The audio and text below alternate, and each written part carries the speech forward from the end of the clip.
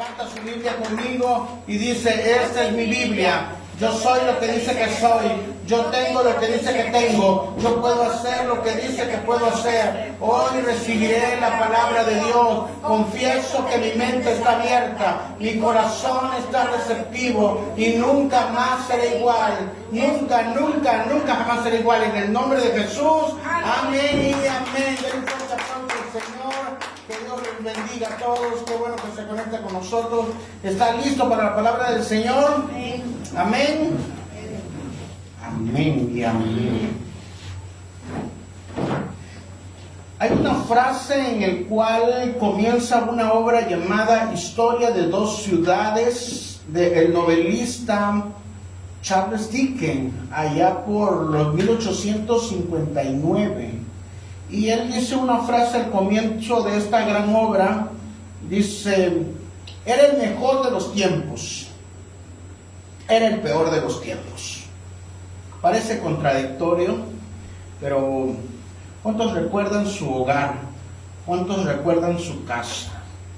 Si usted compara su familia que tiene ahora, que ya formó probablemente, ya como adulto, ¿usted qué puede decir? ¿Es mejor este tiempo que vive o el de su infancia? Podríamos hacer un contraste al decir, era el mejor de los tiempos ella,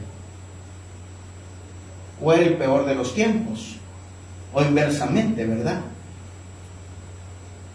Este hombre novelista de la era victoriana, donde empezaba la Revolución Francesa y la moral de Inglaterra se desquebrajaba, como algunas potencias, ¿verdad? Algunas sociedades que alguna vez fueron élite, hablaba de la lucha de clases y cómo la sociedad, el corazón de la sociedad se va desmoronando.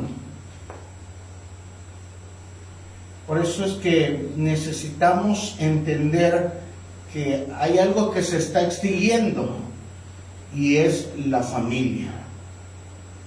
Por eso necesitamos hacer una radiografía del corazón. Hoy quiero hablar de cómo la familia es el corazón de toda la sociedad. Diga, la familia es el corazón de la sociedad. Y está siendo atacada constantemente.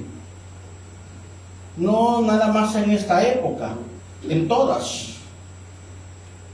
Y este novelista parece que habla no solo para su época, sino en las generaciones que están por venir. No solo ha quedado plasmado esta frase en libros, sino lo que vivimos en la sociedad. Un desamparo total y una falta de identidad de los seres humanos, porque no se gesta en la matriz llamada familia. Mire cómo se sentía David. David lo expresa en el Salmo 102 y nos dice, soy un fantasma, devorado por una enfermedad terminal. Estoy perdido en el desierto, entre la rutina, atrapado entre la basura. Todo el día mis enemigos se burlan de mí. Otros me maldicen. No tengo comida y parece que me dan cazuelas de ceniza. Ya no queda nada de mí. ¿Cuántas personas se encuentran en esta condición como la que expresa David? Estoy enfermo, estoy vacío, estoy en una rutina, estoy en un desierto. El salmista, claro que lo dice de forma poética, mientras que Dickens lo puede expresar de forma irónica, en el cual una persona está devastada en su interior. La ves sonriendo, la ves llevándose con todo el mundo, pero vive en una soledad, en una depresión continua, donde todo se tiene que visualizar en las redes sociales. Y ahí hay un mundo maravilloso donde todos somos felices. Ahí las familias siempre están alegres. Nunca sube un estado, aquí peleándome con mi esposa. aquí disciplinando a mis hijos, ¿verdad? Pueden haberse peleado unos minutos antes y tomarse la foto de la portada abrazados, ¿verdad? Y pellizcando a la esposa para abajo. Porque muchas veces esos tipos de abrazos nada más son una simulación y son un ensayo. La psicología nos advierte que en esta época hay una epidemia. Hemos pasado diferentes tipos de situaciones de salud. La última fue la del COVID. Y esta epidemia que estamos viendo no es física. Es una epidemia del alma. Es una epidemia emocional. Donde uno de los síntomas es el silencio. Es el abandono. Es la sociedad.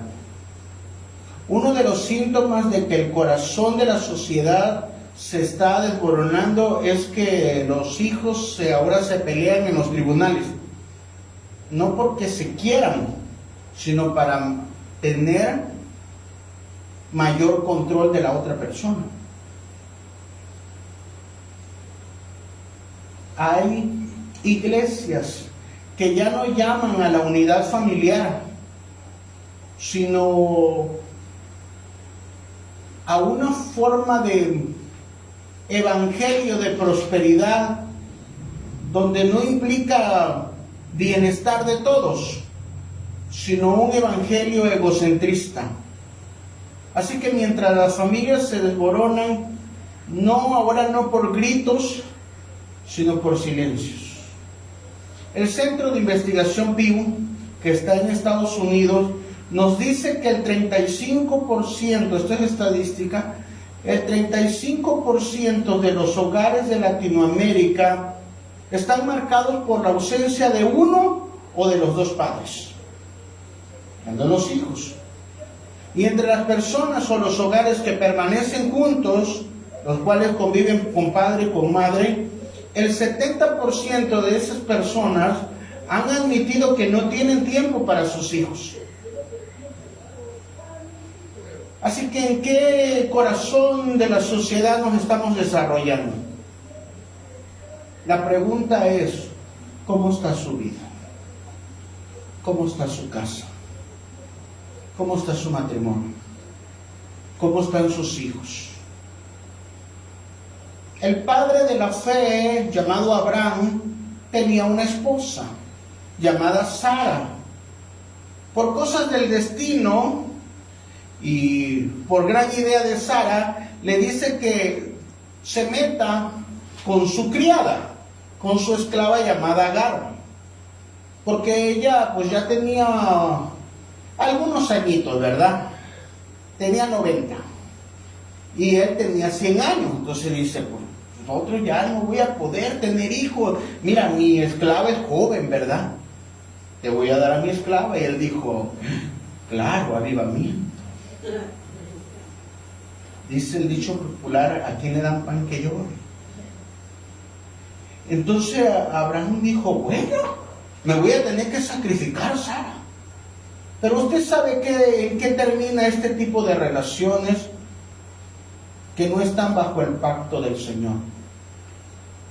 Agar tiene el hijo llamado Ismael, y Dios le había prometido a Abraham que él también tendría un hijo de Sara, aunque ya era grande. Pero finalmente Dios cumple la promesa y ahora están los dos hijos. El de la criada, el de la esclava y el de la promesa llamado Isaac. Así que como dos niños que usted los ve en la calle, ¿verdad? Probablemente usted tiene hijos y los ve jugar. ¿A dónde voy? Voy a jugar con mi vecinito de enfrente, ¿verdad? O voy a jugar aquí con mi primito. O voy a jugar aquí con mi otro medio hermano. Entonces Sara veía algo muy particular cuando jugaban estos dos hermanastros. Y es que Ismael siempre intentaba golpear a escondidas al más pequeño. Sara empezó a notar que Ismael lo violentaba. Dice el rabí Barbour que Ismael, después de pegarle a Isaac, decía: solo estoy jugando. De repente descubrieron que Ismael tenía malas intenciones con su hermanito. Según Rashi, mientras nadie lo veía, instruía al más pequeño a que se volcase a la idolatría, al derramamiento de sangre. Era un muchacho precoz en la perversidad sexual. Quiero hacer una acotación: cuidado con quién se relacionan tus hijos. Las malas conversaciones corrompen las buenas costumbres. Así que aquello no era un juego entre hermanos, no era algo inocente, sino algo que reflejaba el corazón ya de Ismael. Un corazón que estaba desviado, un corazón que no estaba en el pacto del Señor. ¿Cómo un hijo tan pequeño puede ser tan perverso a temprana edad? ¿Se ha preguntado? ¿Con quién crees? Es la pregunta. Y la madre de Ismael es Agar, por el contexto en el cual él creció, y su madre es egipcia. Por lo tanto, todo lo que Ismael aprendió de su madre fue enseñado, siendo que Egipto, según los judíos, es un simbolismo de la idolatría, de la magia, de la decadencia moral y sexual. Así que esta influencia de la mamá fue corrompiendo más y más a su propio hijo. Aunque Abraham tenía una promesa de que de su descendencia sería como las estrellas del cielo, su madre cada vez incitó más el corazón de un hijo. ¡Qué perverso! Así que Agar, como no venía de un linaje del pacto, contaminó el corazón de Ismael. Y lo mismo quería hacer con Isaac. Dice el Talmud que en Egipto se practicaba todo tipo de magia y de rituales, todo tipo de prácticas de desviación, y todo eso se fue infiltrando en el corazón de Ismael. Abraham ya tenía 100 años. Aunque él era un hombre de Dios, quien prácticamente lo criaba era su mamá, que era joven. Hasta que un día Sara lo vio, se molestó, se lo comentó a Abraham: tus hijos no pueden convivir juntos, va a pervertir al más pequeño. Y Abraham estaba en ese dilema, ¿verdad? ¿Cuál de los dos hijos va a querer más? Los dos eran sus hijos, pero uno era de la carne y otro del espíritu. Uno de la promesa y otro sin promesas. Así que un día Dios le habló y le dijo: despide al muchacho y a su mamá. Abraham le dice: bueno, ha llegado el momento de que te vayas, porque mi heredero es Isaac. ¿Cómo se habrá sentido esa mujer que solo fue usada, que solo fue violentada, y ahora no tiene ni para su hijo? No tiene herencia porque Abraham la despide sin un centavo. Solo le da una ánfora de agua y le da la ración de pan para un día. Y los manda al desierto. ¿A qué los mandó? A morir. Así que ellos empiezan a caminar con el sol abrasador. Usted sabe, desierto, 50, 55 grados centígrados, con todo tipo de alimañas en el desierto, serpientes, alacranes, escorpiones. Y se les acabó el agua y la comida. Ismael empieza a llorar. Y Agar dice: mi hijo se va a morir aquí. ¿Cuántas veces las personas se encuentran en esta situación que parece injusta? Que es injusta. El ser abandonado nada más. El haber sido usado y dejado así al desierto. Agar dice, se va a morir mi hijo. No tengo el recurso. No tengo la promesa. Pero Ismael empieza a llorar y Dios lo escucha. Agar hace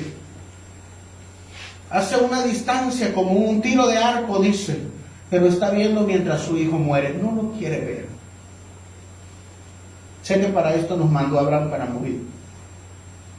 Pero no tengo fuerzas para ver morir a mi hijo. Y el niño empieza a llorar. Y Dios lo escucha. Y una voz del cielo se escucha que dice, Agar, tu hijo no va a morir. Tu hijo también se va a multiplicar. Así que le abre los ojos a Agar y ve una fuente. Y en esa fuente empiezan a tomar agua. Las familias muchas veces comienzan muy mal, pero Dios no te va a desamparar. A lo mejor no has abierto tus ojos, o Dios está por abrirte tus ojos para que tú puedas ver esa fuente. Esa fuente no solo es física, sino un agua que va a salvar o va a sanar la sed del alma y del corazón. Una sed de Dios también.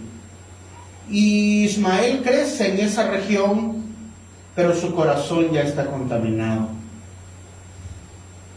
Los niños solo son un reflejo de lo que hay en el hogar.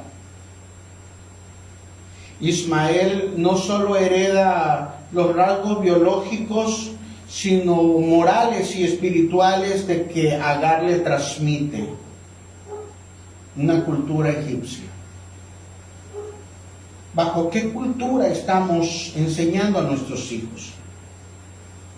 Hay personas que pueden estar en una iglesia, pero no están transmitiendo la cultura del reino. Porque pueden venir a una iglesia y comportarse religiosamente, pero en su casa, en sus familias, siguen siendo las personas del mundo. Y esa cultura la están aprendiendo nuestros hijos, la están aprendiendo nuestras familias. Porque las familias son la escuela primaria del alma, donde se aprende o se debería aprender a vivir, no a sobrevivir. El hogar debería dar identidad, mas sin embargo hoy vemos que los hijos están más perdidos que nunca. Donde la pregunta es, ¿qué debo hacer para encajar en la sociedad? ¿O qué debo hacer para ser aceptado dentro de mi propia casa? Y si lo que llamamos un fracaso familiar en realidad es porque estamos desconectados del diseño de Dios. Muchas veces no es que falte amor o cariño, porque vemos en Agar que quería a Ismael, pero eso no significaba que lo enseñó bien. Eso no significaba que le enseñó la cultura del reino. Le faltó visión a Agar. ¿Podrá el mundo restaurarse si no se restauran los hogares? Esa sería la pregunta. ¿Cómo nuestras casas se parecen al modelo de Dios? Se parecen al modelo de la Escritura. ¿Por qué? Punto número 1. Porque la familia no es un invento humano, es un eco de lo eterno, es un eco del Creador. La familia no se inventó ayer, no se inventó hace un mes. Desde que se conocen históricamente indicios de la familia, los hombres se han reunido en grupos, en comunidades, en clanes, en tribus, en familias. En Turquía, los indicios de Çatalhakuk, desde hace 7500 años, en las murales, en las pinturas rupestres que ellos tienen, no muestran templos, sino muestran familias. Niños siendo cargados, padres cazando, niños jugando. Hace 7500 años hay indicios de la familia. El arqueólogo Ann Yoder nos dice que la estructura de la sociedad se ha fundamentado en la familia. Y el código de Ur-Nammu hace 21 siglos, desde que Jesucristo ascendió a los cielos, llevamos 21 siglos. Pero antes de eso, 21 siglos antes de Cristo, donde data este código, un código sumerio, se ha descubierto que habla del matrimonio, de la herencia, de los bienes, de los deberes conyugales, de las relaciones familiares. Así que este código nos dice que la cultura mesopotámica estaba en el corazón algo llamado familia. Era una célula jurídica, no solo para establecer la economía o una estabilidad económica, sino de convivencia, de amor, como corazón de una sociedad.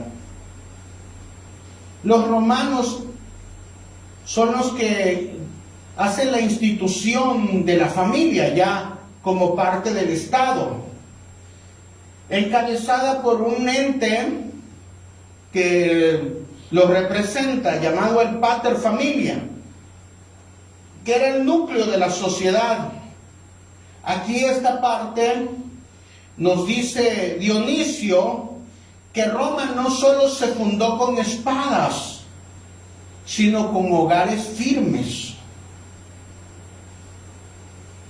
Todos los imperios, y la historia nos demuestra que el corazón de la sociedad es la familia.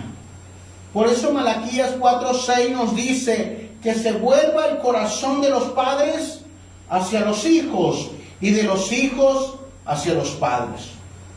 Esto no es solo una bendición, sino una advertencia, porque el juicio no solo alcanzará a las sociedades con ejércitos, sino lo primero que tocará serán las familias. Hoy los imperios no caen con lanzas, sino con una desconexión. Hay una desconexión de comunicaciones, hay una desconexión emocional, afectiva, de amor ágape, de ayuda, de empatía, y lo más terrible es que estamos todos juntos.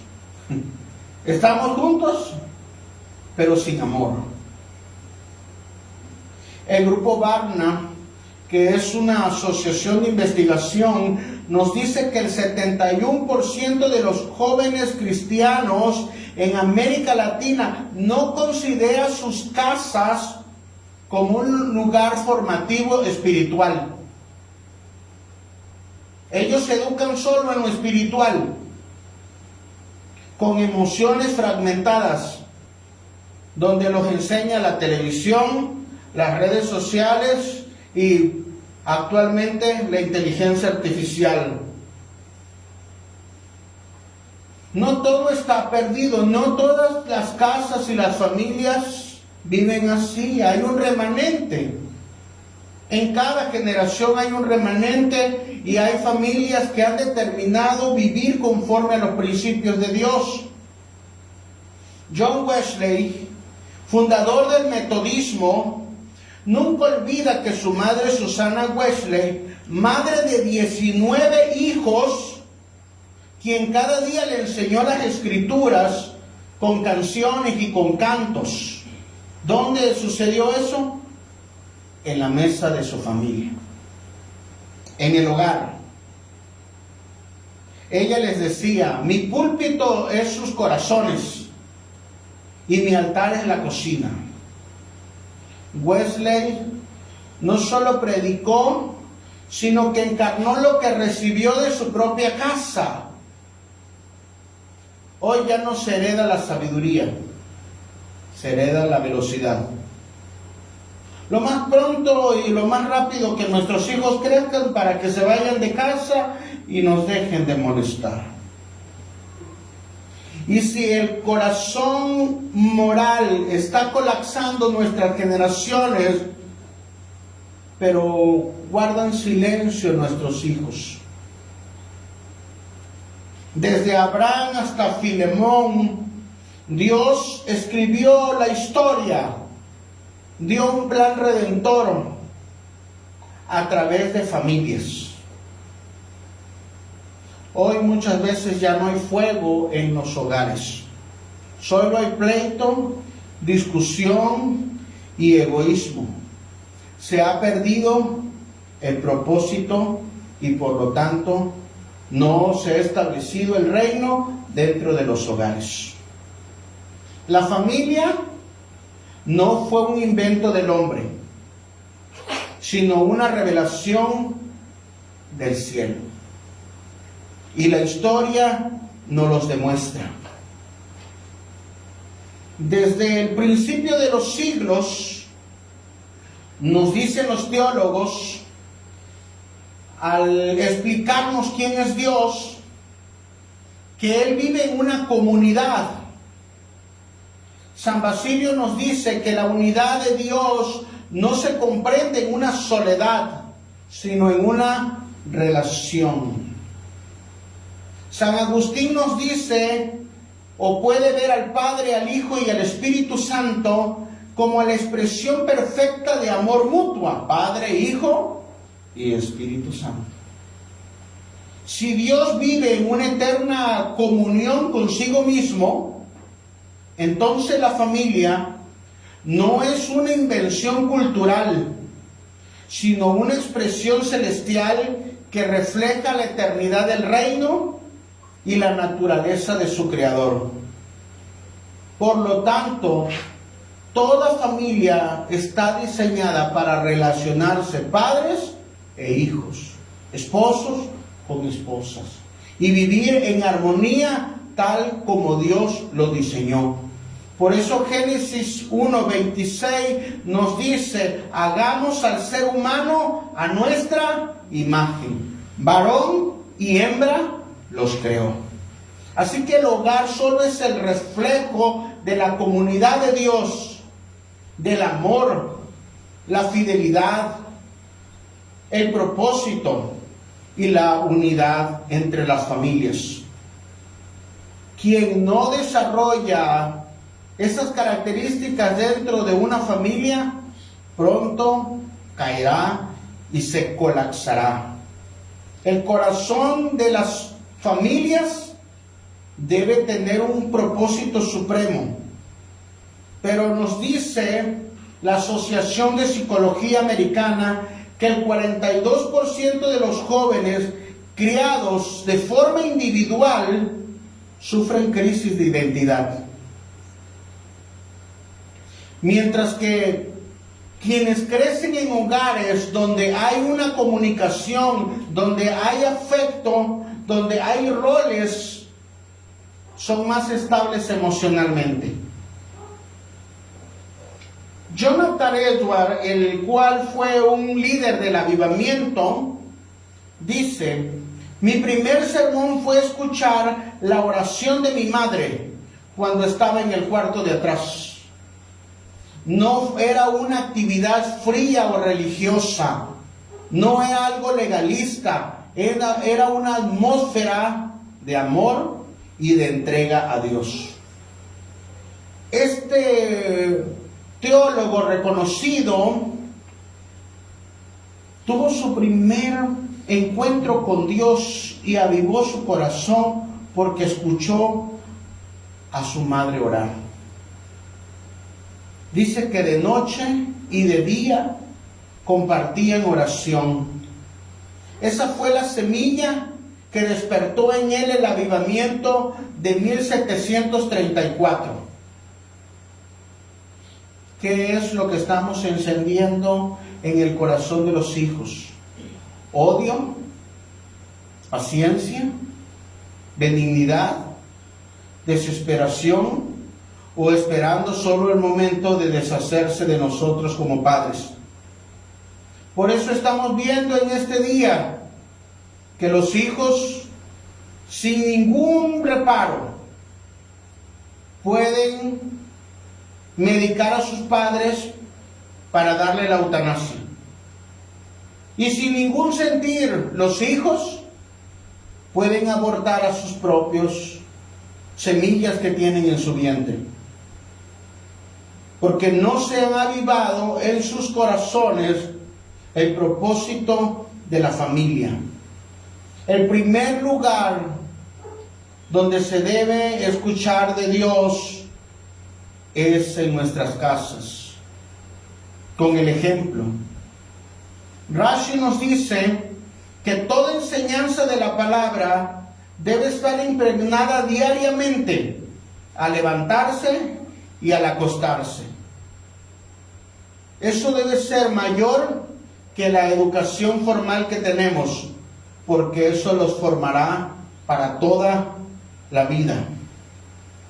Muchos ya no ven el matrimonio como un ente para compartir, sino como un contrato y un negocio. Pero la Escritura nos demuestra que Cristo amó a la iglesia y dio su vida por ella, y tuvo como herencia a los hijos. Entonces, ¿por qué la sociedad está fallando? ¿Por qué las sociedades están rotas, están heridas y están fragmentadas? ¿Será que no estamos reflejando el modelo de Dios? ¿Será que nos hemos vuelto tan egoístas y nos olvidamos que hay un diseño? La familia, hermanos, no es un experimento social, no lo inventó el Estado. La familia es un reflejo de lo eterno, es un reflejo del Creador. Desde Adán hasta Zacarías y Elizabeth nos revelan que las familias son importantes. Jesús vivió en una familia, así que cada vez que una familia es levantada, el reino de los cielos se va a manifestar. El reino de los cielos y en nuestras casas se nos debe enseñar a orar, a perdonar, a declarar la palabra, y debe comenzar en nuestros comedores, en nuestras salas, a levantarnos y al acostarnos. Nuestra casa no solo es un refugio, no solo es un techo, no solo son 4 paredes, es un altar, es una escuela de la vida, es la semilla del reino. La Trinidad no es una estructura fría, es una comunidad viva. La familia no es una opción, es el reflejo del reino de los cielos. La Escritura no inicia con instituciones, no inicia con un edificio, inicia con un hogar. Y la palabra hogar viene de Bashir, que no solo implica la construcción, sino implica el linaje. Cuando hablamos de tu casa, estamos hablando, ¿dónde está tu descendencia? ¿Quién va a transmitir todo lo que tú sabes? ¿Quién va a heredar todos tus recursos? ¿Quién es el legado que vas a dejar? ¿Qué le enseñaste a tus hijos y qué hay de ti que se va a transmitir por las generaciones? Ese término no solo aparece con Abraham, al cual le dijo que le haría una casa, sino también en el templo de Dios. Una casa transmite herencia física, emocional y almática. Génesis 18:19 nos dice, porque yo lo he escogido, está hablando Dios con Abraham, porque yo lo he escogido para que instruya a sus hijos y a su casa después de él, a que guarde el camino del Señor. La traducción viviente nos deja más claro cuál era el propósito de Abraham. Estoy seguro de que él enseñará a su descendencia a que me obedezcan, de modo que cuando él muera, ellos continúen practicando la justicia y la honestidad. Y yo, dice Dios, cumpliré mi parte y todo lo que le he prometido. Así que cada padre tiene el propósito o la encomienda de enseñar a sus hijos a que caminen en justicia, como ellos caminaron en justicia, como ellos caminaron en amor, como ellos caminaron en benignidad y en honestidad. Le enseñarán a sus hijos y será su herencia para que les vaya bien. Estos versículos también son una estrategia en las cuales se crean familias obedientes, no familias pasivas, sino hogares que representan el reino de Dios.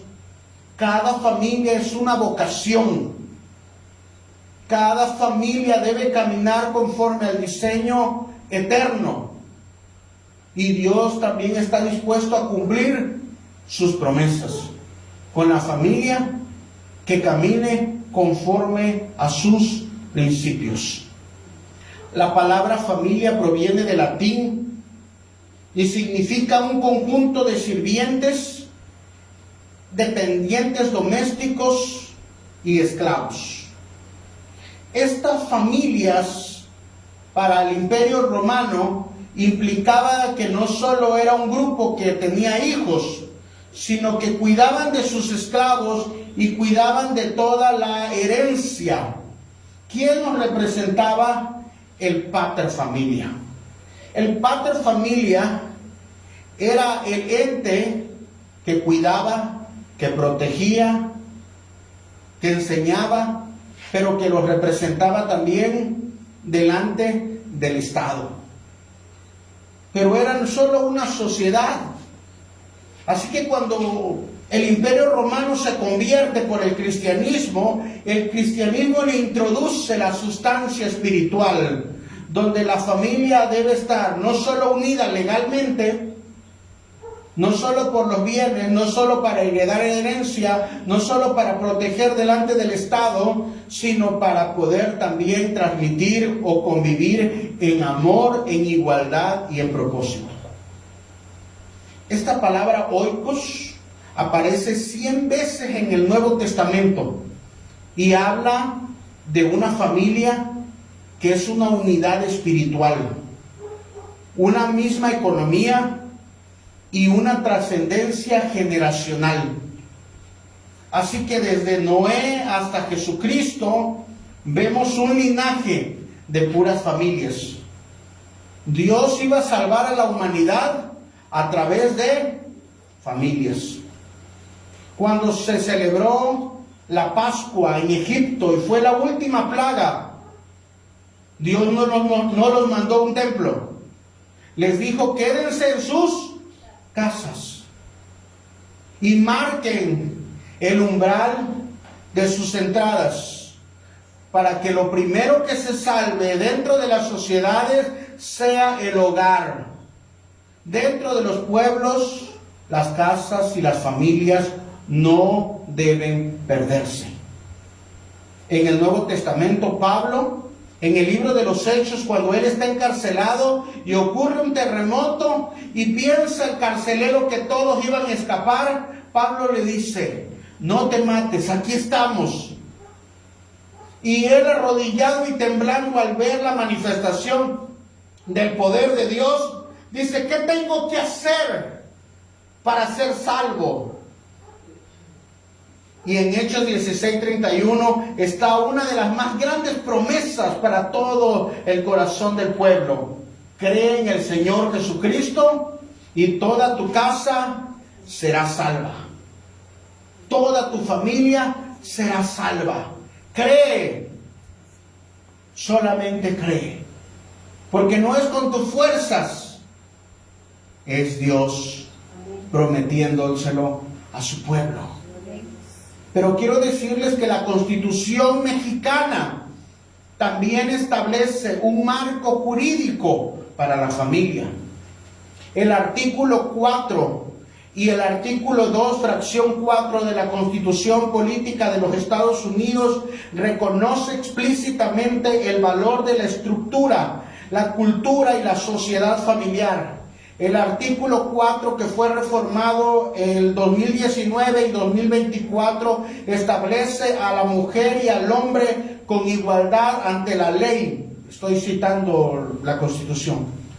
Y que el Estado tiene la obligación de proteger la organización y el desarrollo de las familias.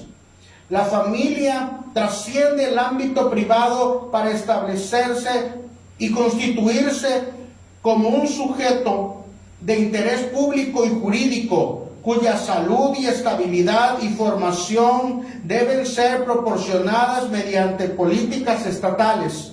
El artículo 2, fracción 4, reformado en el 2024, nos dice que la preservación y la transmisión del patrimonio cultural, material e inmaterial dentro de las familias funciona como una unidad básica de herencia, de identidad y de formación generacional. Así que nuestra ley establece la familia. Qué precioso es vivir en un país en el cual se reconoce un principio que no fue inventado por los hombres, pero que es reconocido porque ese principio se estableció como un reflejo del cielo. Génesis 1, 26, 28 dice: creó pues Dios al ser humano a su imagen, varón y hembra los creó, y los bendijo Dios y les dijo: fructificaos y multiplicaos y llenad la tierra y sojuzgadla. Así que la familia está diseñada para estar en comunión, procrear, tener responsabilidades y una misión cultural. La Constitución mexicana también nos revela lo que la Biblia ya nos había dicho, que la familia es el núcleo vital que transmite la herencia, la cultura, los valores y proyecta el desarrollo de los seres humanos. Estamos protegidos como familias.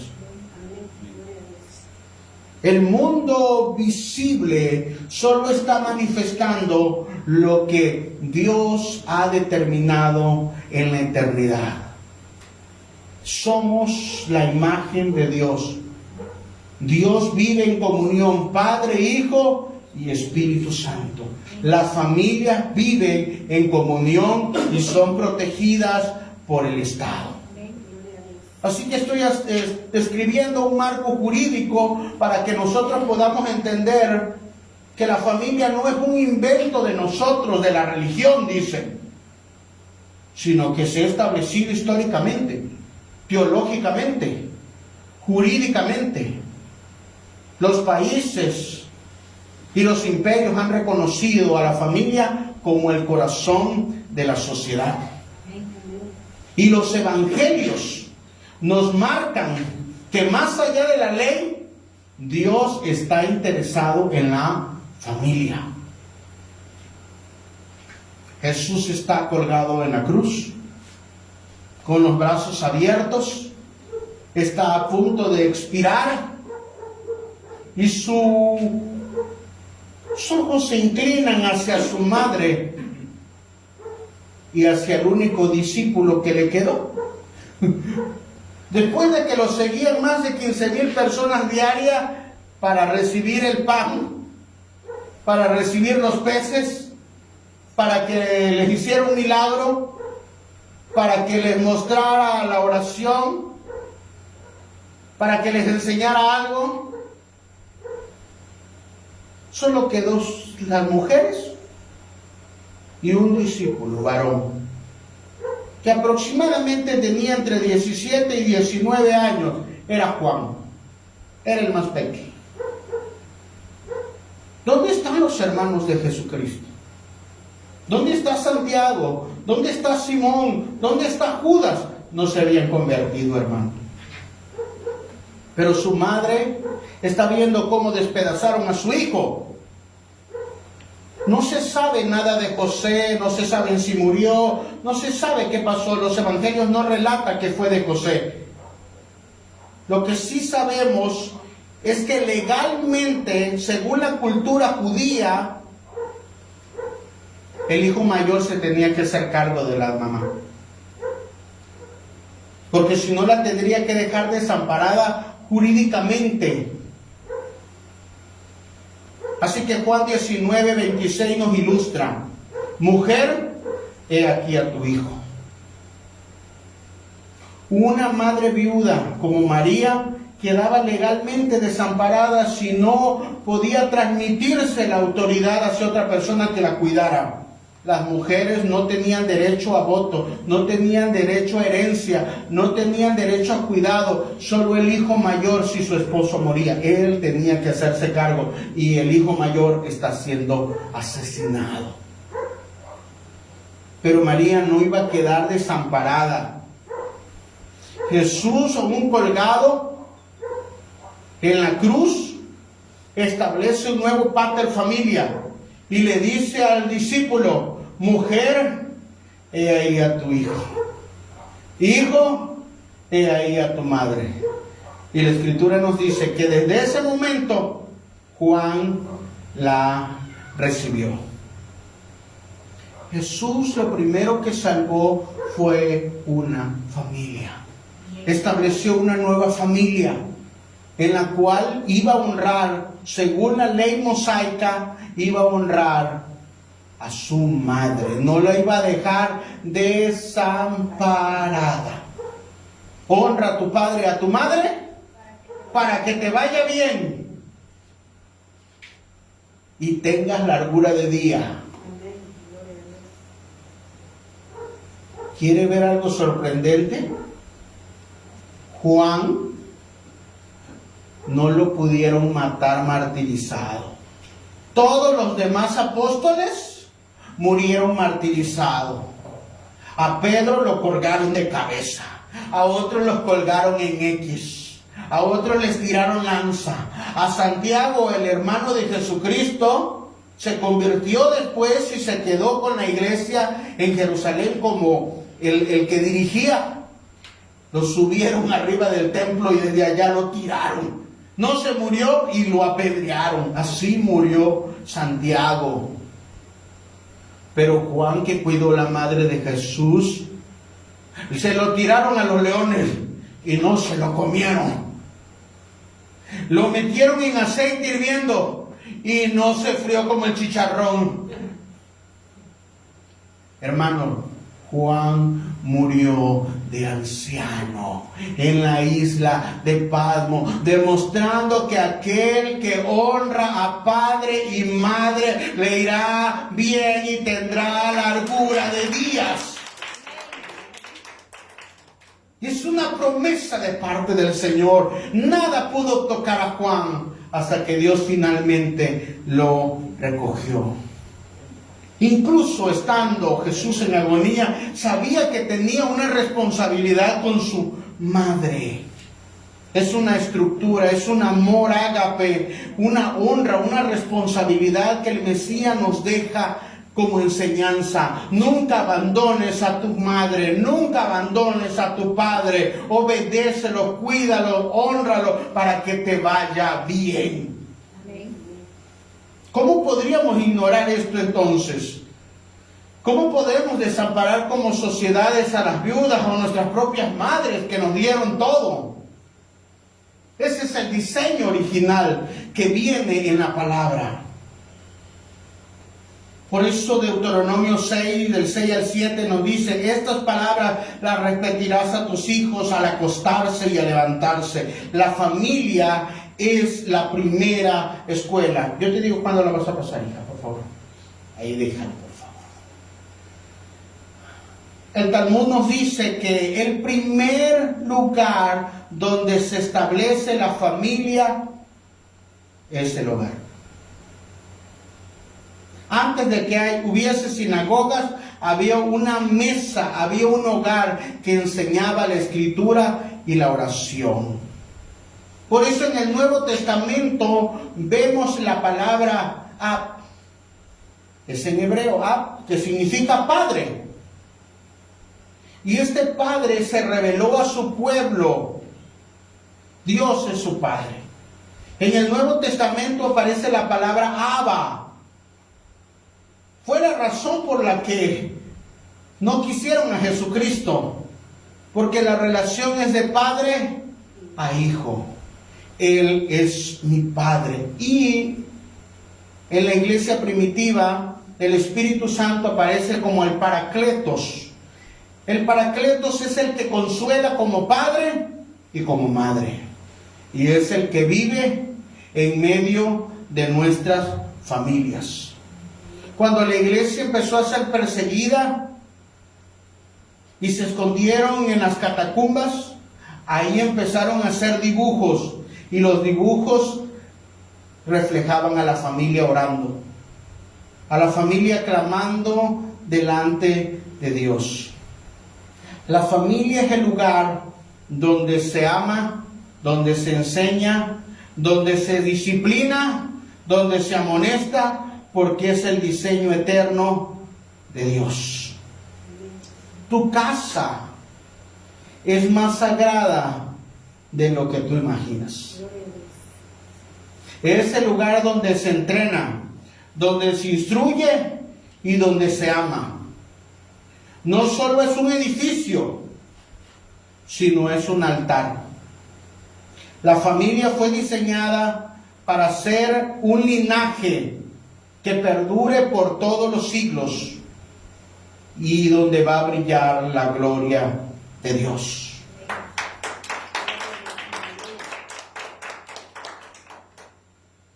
Pero la tragedia de nuestra generación, punto 2, es que actualmente existe una orfandad. La tragedia de la generación actual no es la orfandad solo biológica, sino espiritual. Porque muchas personas viven con sus padres, pero viven solos. Viven en depresión, viven en ansiedad. Así que cuando el corazón se queda huérfano, aunque los padres estén vivos. Una casa no solo se derrumba porque hay grietas, o una vida no solo se derrumba porque hay grietas físicas o enfermedades, sino porque hay fisuras en el alma. Muchas familias ya no hay violencia física, estoy emocionado, pero hay un abandono crónico. Los hijos están abandonados. La Organización Mundial de la Salud, van a empezar a aparecer las instituciones, hija. La Organización Mundial de la Salud nos dice que el 41% de los adolescentes en Latinoamérica viven en ansiedad y en depresión. La institución de Guttmacher nos dice que el 62% de los adolescentes que viven en familias disfuncionales, las muchachas quedan embarazadas a corta edad. En un entorno disfuncional, en un ámbito de escapar de su propia casa. Son hogares que viven en fractura y en vulnerabilidad. La UNICEF confirma que el 80% de los abusos a menores se han dado en la propia familia. Hogares que están siendo violentados emocionalmente. Ya no se hablan con respeto, sino con todo tipo de insultos, groserías, vejaciones, humillaciones y manipulaciones. Así que los hijos se van endureciendo y solo están esperando el momento de irse. Esas son estadísticas. El alma se hiere, el alma se fractura. Y el hijo lo ves tan tranquilo, pero en realidad está teniendo una máscara, esperando la mayoría de edad para salir quien realmente es y huir de casa.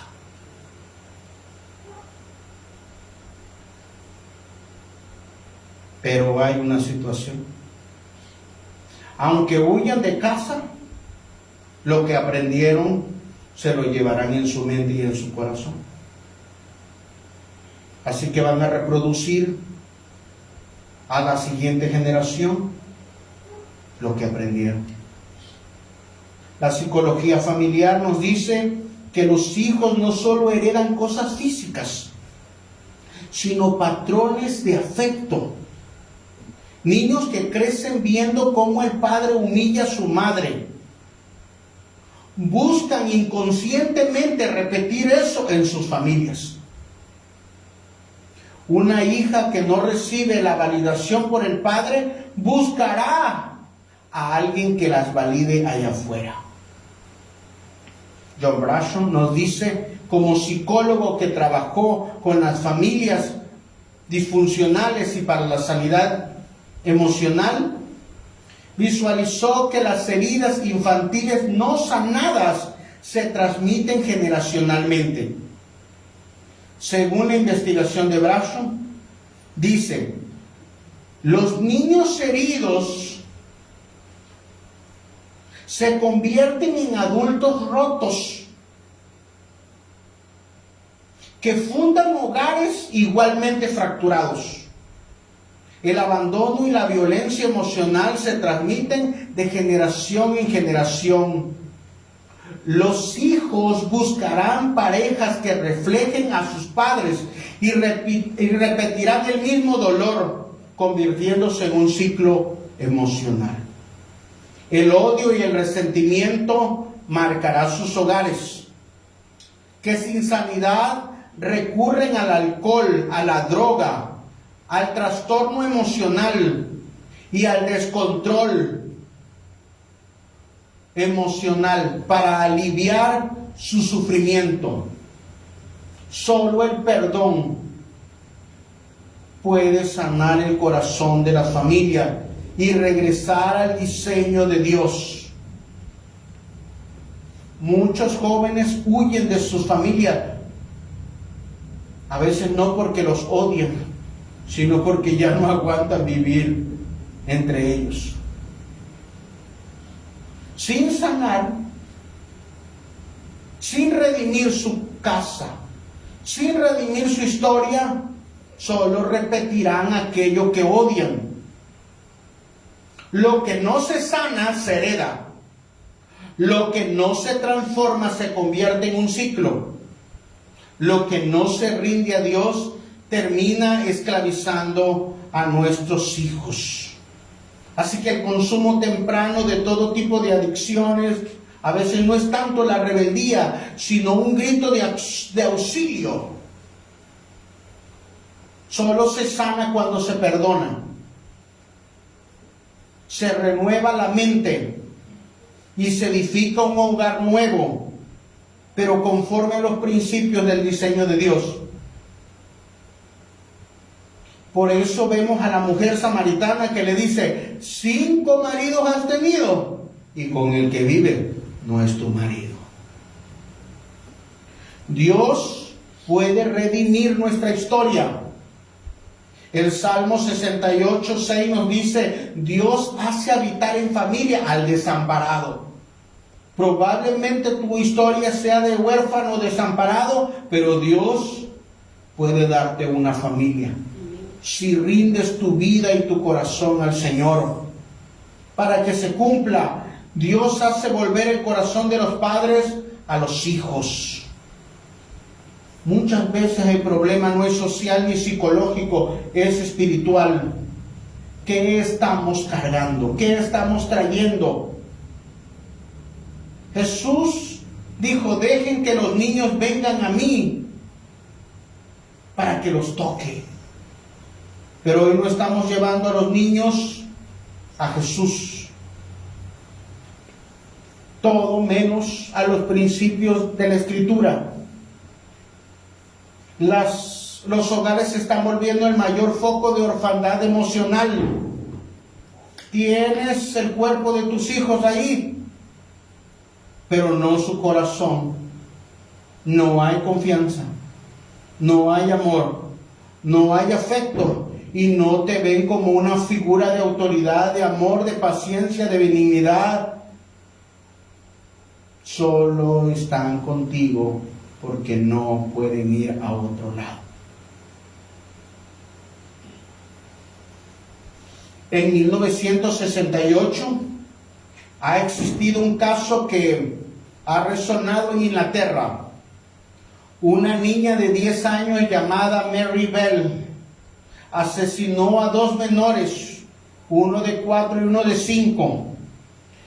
El sistema judicial del Reino Unido quedó pasmado, no solo porque la asesina era una niña de 10, sino por la circunstancia y el entorno familiar que ella vivía. Su madre había sido vinculada muchas veces a la prostitución. La había intentado abortar múltiples veces. La había intentado matar más de 7 veces. Y la prostituyó y la vendió como parte de su negocio familiar. Todo este tipo de cosas repercutieron en esta bebé. Los tribunales decidieron y la declararon culpable con responsabilidad disminuida, y cumplió una condena hasta los 23 años. Esto nos dice que los hogares no son neutros. Esto nos dice que los hogares son un escenario espiritual, son una matriz de identidad. Donde tendría que haber formación, hubo trauma. Donde debía haber habido un altar, hubo abandono. El resultado fue una conducta desordenada. No había una conciencia normal, sino deformada, en lo cual esta niña nos demuestra que los hijos son el reflejo de los padres. El grupo Barna nos dice que el 76%, esto es estadística, el 76% de los adultos que manipulan a sus parejas crecieron en entornos fríos, controladores y abusivos. Muchos no aprendieron a amar, solo a defenderse. Las heridas no resueltas en los hogares son semillas invisibles que se transmiten de generación en generación. Por eso Mary Bell no conoció un modelo de amor, de límite o de cuidado. Por eso esta niña no tenía conciencia, y lo único que aprendió fue el caos, la violencia y la rebeldía. que no solo fue biológica o psicológica, sino espiritual. El alma que tenía que ser programada para amar, ahora solo se defiende. Muchas veces lo que nosotros vemos como una disfunción dentro de la familia lo ha causado la herencia que traemos, no solo física, no solo emocional, sino también espiritual. Porque hemos olvidado que las familias son un espacio donde debemos reflejar la imagen de Dios. No solo basta ofrecer sustento económico, sino debemos crear hogares con un entorno emocionalmente sano, espiritualmente correcto y nutrir a nuestros hijos para que sean hombres y mujeres de Dios. El caso de Mary Bell nos dice que dentro de las familias heridas siempre va a haber un caos. Las heridas invisibles son las que resuenan más por generaciones. Las heridas no resueltas del corazón causarán estrago de generación, de padres a hijos, y serán transmitidas. Por eso es necesario que nuestras sociedades sean sanadas a partir de la familia. Y una vez que las personas comienzan a ser violentadas en los hogares cuando crecen, inventan pensamientos ideológicos y filosóficos para poder destruir a la familia. Pero la familia tiene 7.500 años en los cuales tenemos evidencia que ha sido pilar de la sociedad, como una célula jurídica, emocional y formativa. Pero hay teorías en la actualidad que se han levantado, como Michel Foucault, que dice que la familia es un lugar donde son herramientas de poder. Y Jacques Derrida nos dice que la deconstrucción de la familia ha impuesto un patriarcado, donde la familia ya no tiene razón de ser en este tiempo.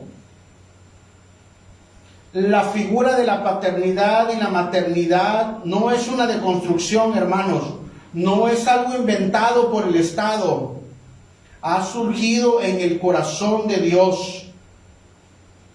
No fue impulsado por el patriarcado, no es una opresión. Los padres siempre están puestos para cuidar, los padres están puestos para modelar a Cristo, los padres están puestos para solventar y proteger a todos los más débiles de su casa.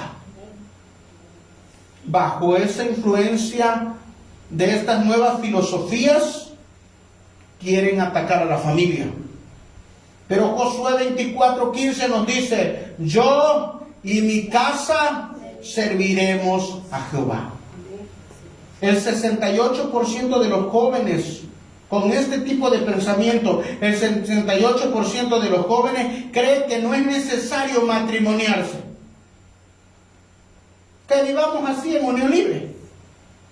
Pero las estadísticas nos dicen que la mayoría de ese tipo de relaciones viven en ansiedad. Y el Centro de Estudio Familiar dice que esas relaciones abiertas van a representar el mayor foco de ansiedad, de ruptura y de ejemplo para sus hijos, en las cuales ellos no podrán construir matrimonios sólidos. Una joven de 17 años dejó de asistir a la iglesia porque su padre, siendo diácono, la golpeaba y abusaba de ella. Dios nunca me habló, dice, porque en mi casa solo había abuso. No abandonó a Dios, abandonó la imagen deformada que veía en su casa. Esta sociedad ha dejado la sabiduría bíblica histórica y la ha reemplazado por ideologías Pero muchas veces estas personas han sido heridas, vivieron en familias divididas, de abuso, de violencia, y forman en la cual su corazón todavía está herido. Muchos viven así. Por eso ya no quieren casarse. No quieren formar un hogar. No quieren cuidar de otros. Han dejado el amor ágape por el libertinaje. Y se han unido al egoísmo, donde ya no se vive por otros, sino para el beneficio individual.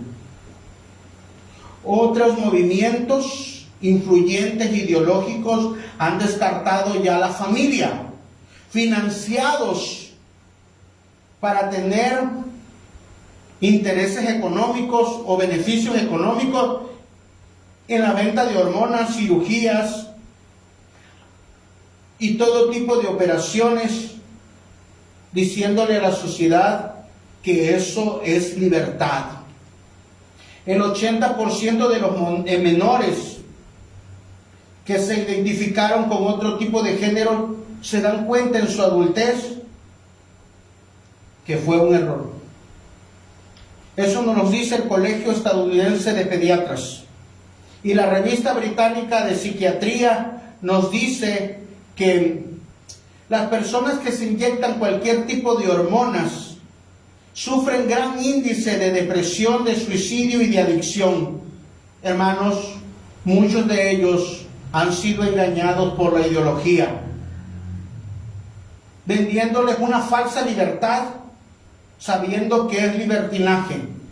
Es una trampa disfrazada de plenitud, en el cual corrompe su propósito.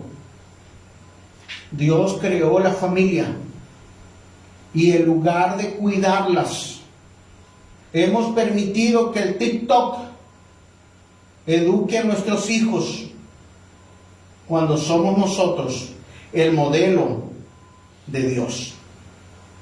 Como padres o madres, nosotros debemos reflejar el amor incondicional para cuando ellos formen sus propias familias. Y aún dentro de las iglesias se está llevando a cabo la descontextualización de la Escritura. Muchos han malinterpretado la fe y le han añadido a la Escritura. El Proverbios 36 nos dice: no añadas a las palabras, no añadas a la Biblia, no añadas. Segunda de Pedro 3:16 nos dice y nos denuncia que aquellos que tuercen la Escritura lo hacen para su propia destrucción. Si la iglesia está confundida, es porque no se está predicando los modelos y el modelo que dice la Biblia. Estamos enfocados en el éxito personal y en el egocentrismo de los individuos, cuando toda familia tiene un porqué, tiene un propósito y tiene un destino.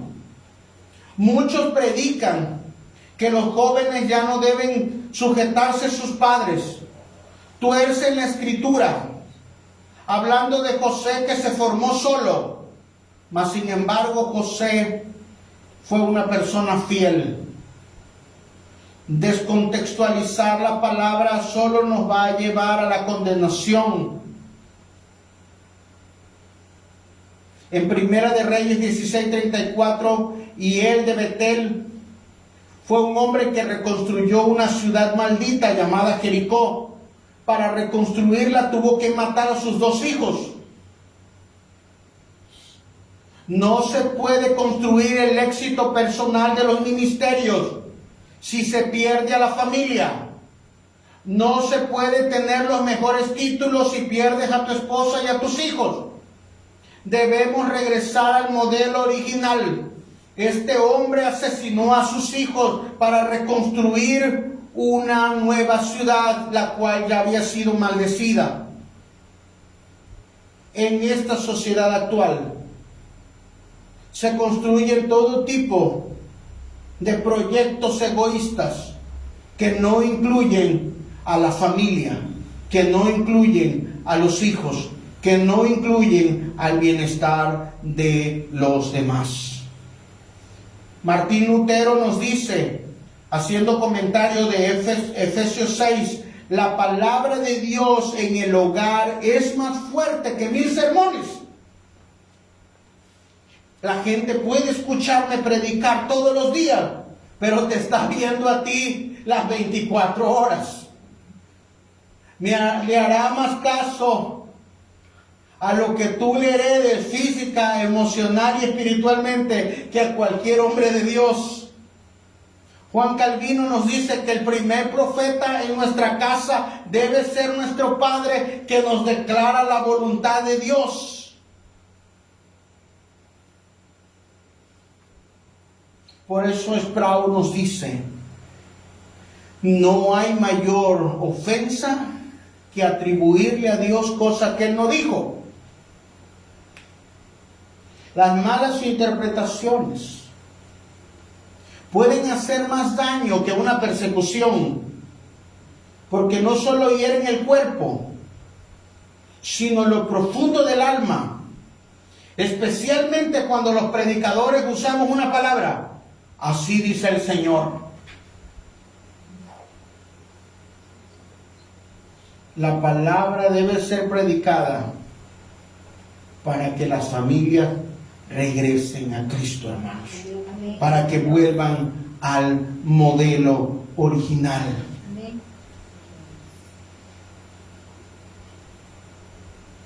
Así que la restauración del mundo no comienza en los parlamentos. Si nosotros esperamos que el gobierno lo haga todo, no, debe comenzar dentro de nuestros hogares. Amor, paciencia, benignidad, bondad, templanza, mansedumbre y dominio propio lo aprenderán tus hijos de ti, viéndote a ti. La restauración del mundo no comenzará en el parlamento, sino en las salas de los hogares. Así que Cristo es el primero que redime el hogar. Cristo nació en una familia, se sujetó a un padre.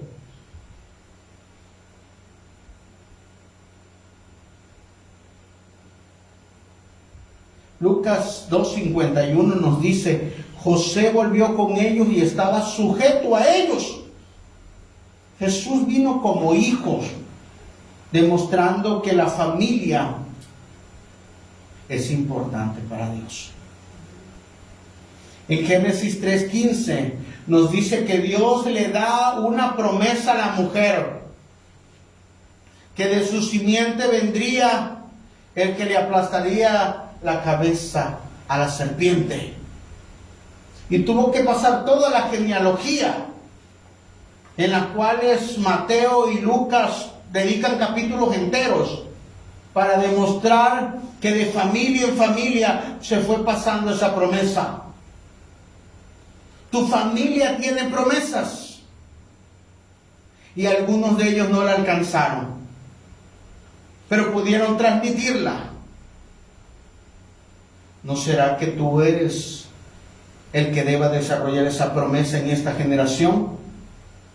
Esa promesa que no vieron tus padres, eso que detuvo a tu generación.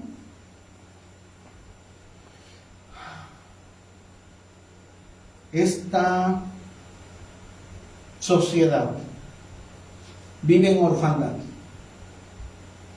Y muchos de nosotros hemos pasado situaciones muy difíciles en nuestros hogares. Algunos han vivido sin padres, algunos han vivido con un tío, con alguien, con algún familiar o con quien los recogió. Pero quiero decirte que el Salmo 27:10 habla de todos ustedes y de nosotros. ¿Por qué no moriste? Porque sigues vivo. Porque aunque padre y madre me dejaran, con todo eso, me recogerá el Señor. Si estamos vivos, aunque pasamos situaciones muy difíciles, Dios te tomó de la mano. Dios no desampara a los huérfanos y no desampara a las viudas. Jamás te desamparará el Señor, porque ahora somos sus hijos. Por eso en la cruz del Calvario, lo primero que redimió fue su familia. Cristo trae un linaje y tú tienes un linaje que necesita ser restaurado.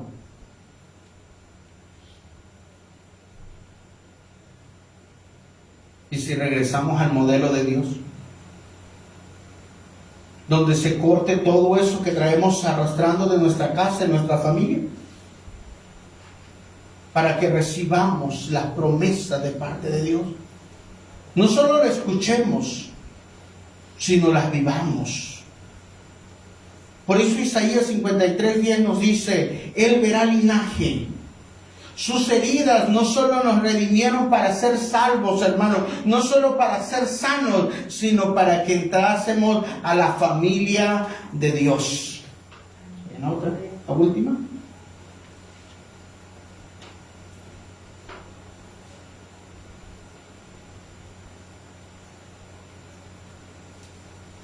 Dios quiere redimir nuestros hogares, hermano.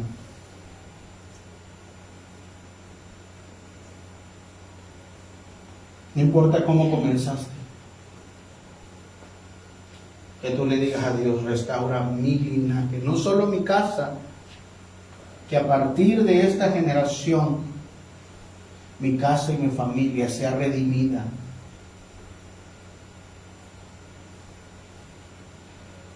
Hubo un hijo de un campesino, quedó huérfano a muy temprana edad.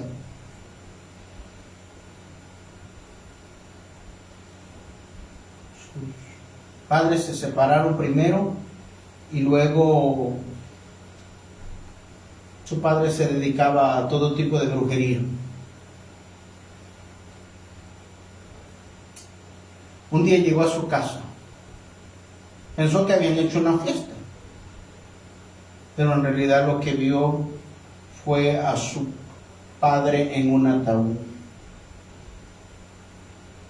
Eso lo marcó para siempre. Se lo llevaron a vivir sus abuelos. A los 21 años se casó, pero esas heridas lo persiguieron toda su vida. Fue alcohólico. La mayor parte de su vida él fue alcohólico. Nunca dejó de proveer para su casa y sobre todo jamás dejó de amar. En algún momento de su niñez, mientras caminaba en lugares solitarios, hizo esta oración: Dios, si existes, dame una oportunidad, dame una familia, la familia que no tuve. Ese hombre tuvo 4 hijos y siempre los reunía en su mesa. Les enseñó a compartir, a no vivir en egoísmo. Nunca practicó la venganza. Enseñaba con ternura, sin tener títulos. Era una sabiduría divina. Solo cursó tercero de primaria, pero de sus 4 hijos, 3 les dio una carrera. Cuidó de sus nietos. Construyó una casa, no para presumirla, sino para reunir a toda su familia. Cuando se convirtió, estaba lleno de paz, lleno de amor. Sus últimos días se dedicó a construir la iglesia donde sirvió fielmente. su esposa y sus hijos y su familia también se convirtieron. Él no tuvo un hogar, pero construyó un hogar. 23 días antes de su partida, enfermo, pero en paz, sabía que Dios lo había llamado ya. Dejó todo en orden. Mientras él está muriendo, su esposa y sus hijos y sus nietos están alrededor de él. Así que el 14 de noviembre, a las 6 de la tarde, mi padre parte con el Señor. Yo solo puedo decirle 3 cosas: que Jesús lo salvó, que Él vivió como huérfano, pero el Padre lo adoptó. Y Él no tenía un modelo de familia, pero Dios restauró su linaje y Dios restauró su casa. Por eso nosotros como familia, cuando Dios nos llamó a fundar este ministerio, no lo hacemos por fama. Lo hacemos como testimonio de que las familias pueden ser restauradas. Que cuando una persona ha quedado huérfana o desamparada, no es su fin, que puede tener muchas heridas, pero que Dios lo puede restaurar. Aunque nuestro principio sea pequeño, Dios nos puede sacar del muladar y ponernos entre príncipes. Nosotros somos un testimonio vivo de que Dios nos ha llamado como casa, como familia. Por lo tanto, nosotros lo primero que cuidamos son a los que pertenecen a la familia. De eso les podemos predicar. De que la familia es un linaje, cuídalo. Es un llamado en el cual todos participan. Que todos tienen una promesa. Que nos cuidamos unos a otros. Sin rencor, sin egoísmo. Sabemos que miraremos a papá un día. Porque Dios le dijo a Abraham: yo sé que Él enseñará a sus hijos a que caminen en justicia y en honestidad. Por eso, como familia, como ministerio, yo puedo decir: yo y mi casa serviremos a Jehová. Dios no espera que tu linaje sea perfecto. Dios no espera que tu familia sea perfecta. En la Biblia ninguna familia fue perfecta, pero a todas Dios las restauró. A todas Dios les cambió. Abraham mintió, David adulteró, Zacarías no le creyó que vendía a Juan el Bautista, mas sin embargo Dios los redimió, Dios los restauró. En ese tiempo las familias de la iglesia tienen que ser restauradas. Estamos orando por el gran avivamiento, y los avivamientos comenzarán en los tiempos de oración.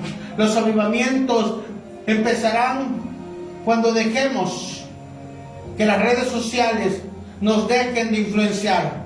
Los avivamientos comenzarán cuando, como padre, tú logres perdonar a tus padres también y cuides a tus hijos. Tenemos una oportunidad. Como comencé diciendo, eran los mejores días, eran los peores días. ¿Cuáles serán tus días hoy? ¿Los mejores o los peores? Hoy es un tiempo de restauración, hermano. Hoy es un tiempo de regresar al altar. Que si nos hemos equivocado en otras situaciones, como la mujer samaritana, se arrepintió. El Mesías le habló en ese momento. El reino no busca personas perfectas, Él busca adoptarte. Él hará volver el corazón de los padres a los hijos. La familia no es una invención humana, sino un eco de la eternidad. Es tiempo de regresar al modelo de Dios. Es tiempo de reconstruir los hogares. Es tiempo de que los padres se conviertan a Dios primero. Es tiempo que los padres le digan: Señor, cámbiame a mí primero, para que yo pueda reflejarte. Mientras unos solo están proyectando sus propios traumas sobre sus hijos, sus propios egoísmos, sus propias heridas. Por eso vemos familias disfuncionales. Por eso vemos familias egoístas. Pero es un tiempo de decirle a Dios: quiero entregarte mis heridas. Quiero que me vuelvas a la inocencia. Tus hijos te están viendo. Restaura el altar, restaura el altar. Que se cierre todo ciclo con tus padres. A lo mejor eres ya una persona adulta. Regresa a los brazos del Padre. Regresa a los brazos del Padre. Él no te va a maltratar. Él envió a su Hijo. Él vino a buscar y a salvar lo que se había perdido. Él conoce las situaciones que pasaste y no quiere que sigas viviendo lastimado, pero no quiere que sigas lastimando a las siguientes generaciones también. Las familias tienen que ser restauradas en este tiempo. Tienen que regresar a la inocencia del Señor. Dile: restáurame. Dile: restáurame, Señor. Restáurame, Dios.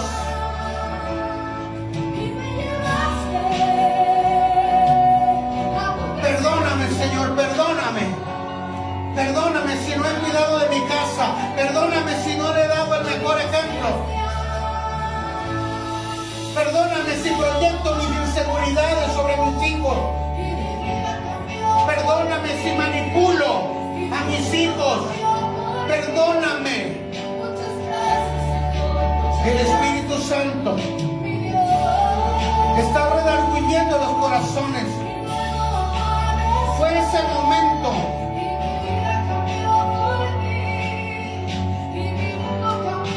Hay heridas del corazón, hay heridas del corazón, hay heridas del corazón que marcaron tu vida para siempre, que marcaron tu familia, que marcaron tus relaciones. Alguna vez diste todo el amor, te traicionaron y dijiste: nunca más. Los hijos dicen: yo no voy a casarme porque yo no quiero fracasar como papá, yo no quiero fracasar como en mi casa.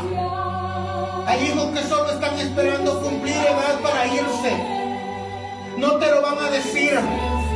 Claro que no te lo van a decir. El Espíritu Santo tiene que sanar la familia. Tiene que sanar los corazones. Toda barrera de orgullo cae. Los padres tienen que volverse a los hijos y los hijos a los padres. Los corazones de los padres, entre la entrada y el altar, lloren delante del Señor y dile: Señor, la familia que me entregaste, no he cuidado de mi familia. Yo solo pensé que le tenía que proveer, yo solo pensé que le tenía que dar dinero, pero tenía que abrazarla, tenía que cuidarla, tenía que interesarme en ellos. Quizá eso no lo viste en tu casa, pero dile: Señor, enséñame tú, enséñame a ser un buen padre, enséñame a ser un buen padre, enséñame a ser una buena hija.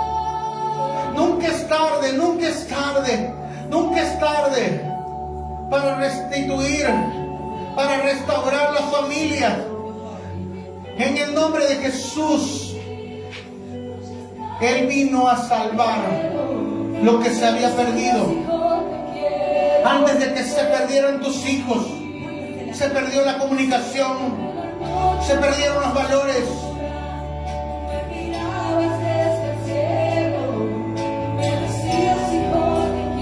Como Ismael se perdió. Su madre lo influenció para mal. No sabía que estaba haciendo el mal de su propio hijo. Él pensaba que estaba dañando a Abraham. Él pensaba que estaba dañando a Isaac. Ella pensaba que estaba dañando a Sara. No, estaba dañando a su hijo. Cada vez que le enseñaste egoísmo, cada vez que enseñaste con Cristo, cada vez que no modelamos a Cristo,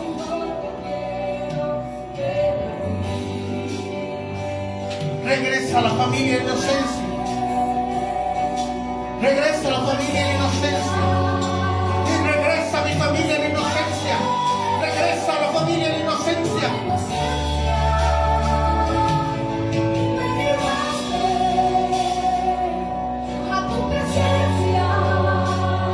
Hoy la sociedad se está destruyendo porque aún dentro de las iglesias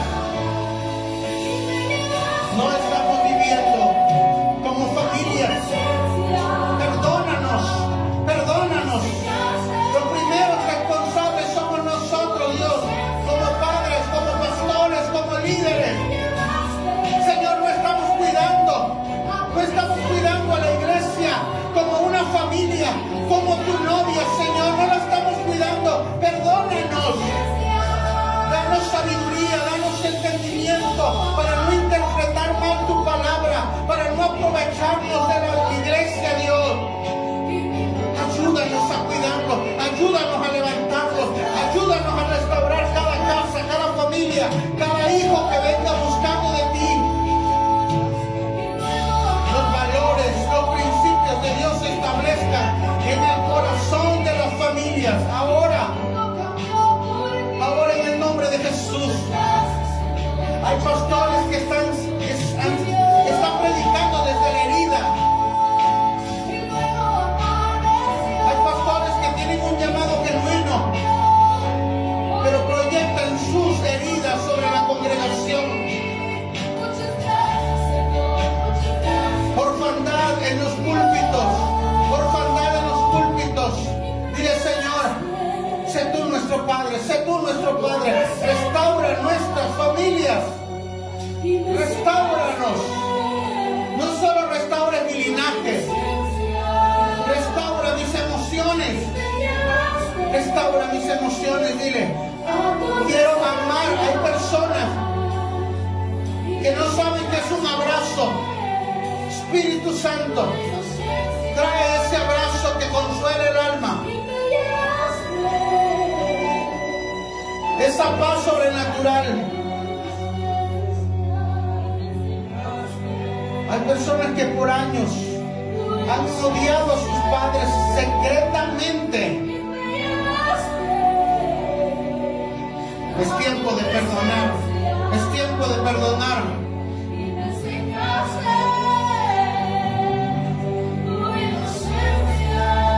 Perdona. Perdona.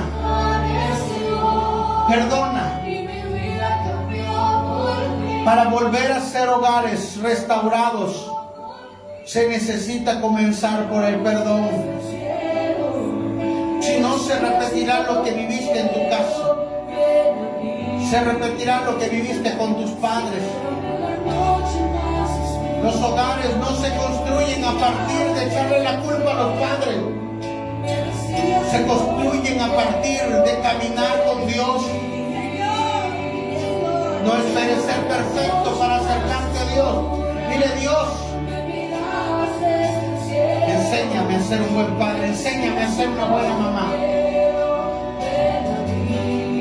Como hombre de Dios, Señor, enséñame a ser un ministro que cuide el rebaño que tú nos entregaste en nuestra casa, en nuestra familia.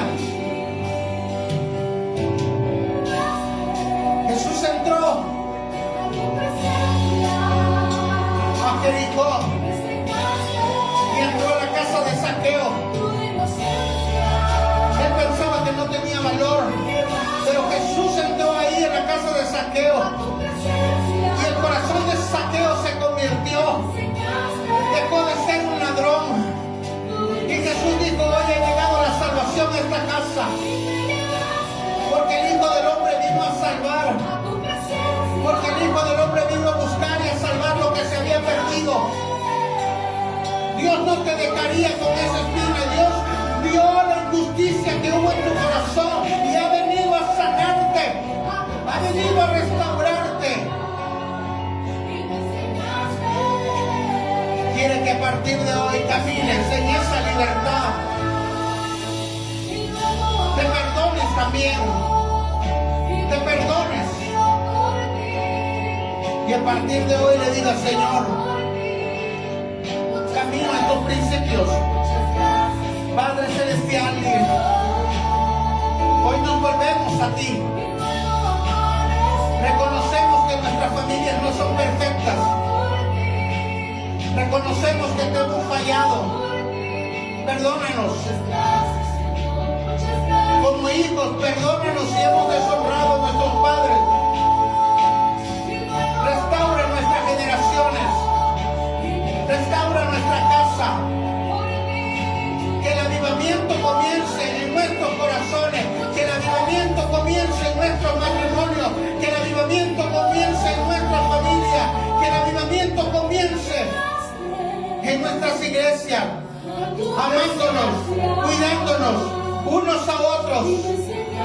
Familias, ahí donde estás, en el nombre de Jesús, menciona el nombre de tus hijos y dile: yo los bendigo, yo los bendigo, yo los bendigo, yo los bendigo. Vamos, un padre, dice Juan Calvino, es el primero que profetiza sobre sus hijos, profetiza sobre ellos. Dile: tienes promesas. Tienes promesas. A Abraham se le dieron promesas y se establecieron sobre su linaje. En el nombre de Jesús. Ahí en el nombre de Jesús. Bendice a tus hijos. Dile: bendice a tus hijos. Algunos están lejos de ti, pero aún así dile: la salvación nos va a alcanzar. Como el carcelero, cree en el Señor Jesucristo y toda tu casa será salva ahí. Bendícelo, dile: trae a mis hijos, trae a mis hijos. Vamos, levanta un clamor: trae a mis hijos, trae a mis hijos. Con lazos de amor, con lazos de misericordia. Hoy oramos por las familias. Dile: regresa a casa, hijo, regresa a casa, te estoy esperando, no para maltratarte otra vez, sino para mostrarte que Cristo me ha transformado, que Cristo me ha cambiado, en el nombre poderoso de Jesús. El Espíritu Santo.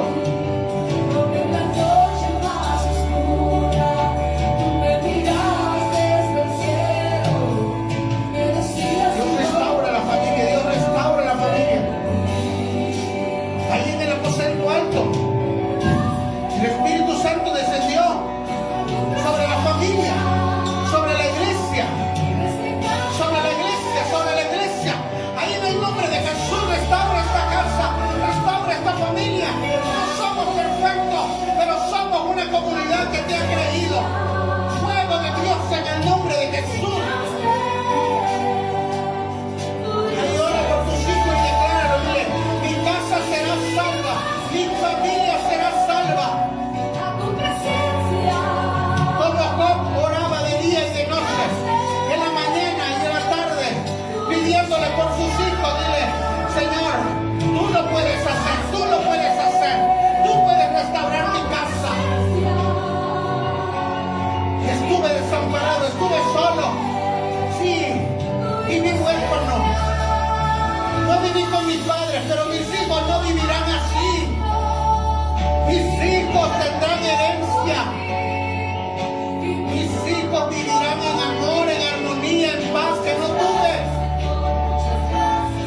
No solo les dejaré herencia física, verán en ti un padre amoroso, verán en ti una madre que no hiere con sus palabras, una madre